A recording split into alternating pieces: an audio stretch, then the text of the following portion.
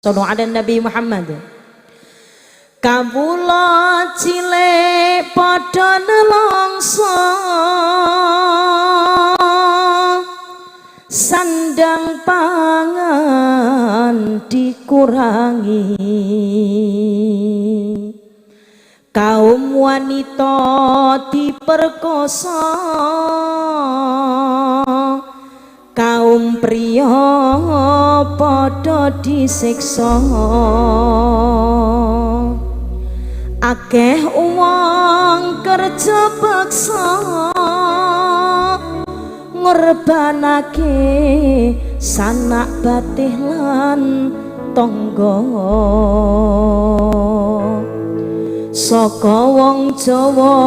kang ngantong bondo sebab edan marang bondo.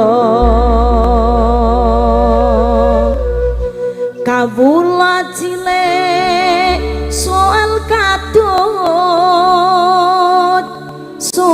katut goni punika agemane saben bengi lan saben dina. Sareng-sareng kalian kasih mau kalamun qadimul la yumallu sama'u tanazzaha an qawli wa fi'li wa niyati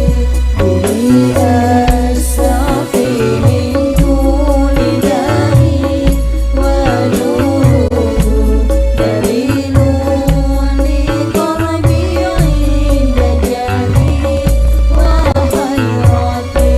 podo sambat podo gledak podo ngadang tanpa nyoba saparan-paran podo nangis mergo ora duwe bondo tekan sawah tinandur kapas penjajah negara raja kaya dirampoki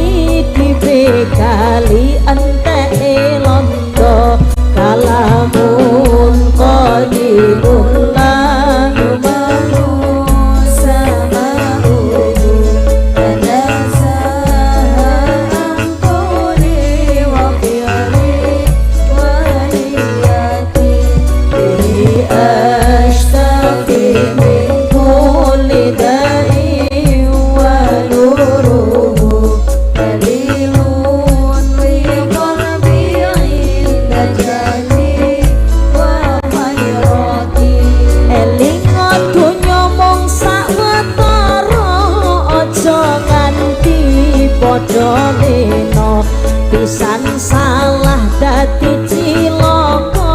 yen lali ampunan sing kuwasa mati kabeh bakal ngantri rasida siji ngesuk wengi wong kang ra siap larani ati mergo siksa rina lan wengi kalamun qadimul la yumallu sama'u tanazzaha an qawli wa fi'li wa niyati bi ashtafi min kulli da'i wa nuruhu dalilun li qalbi inda jali wa khairati.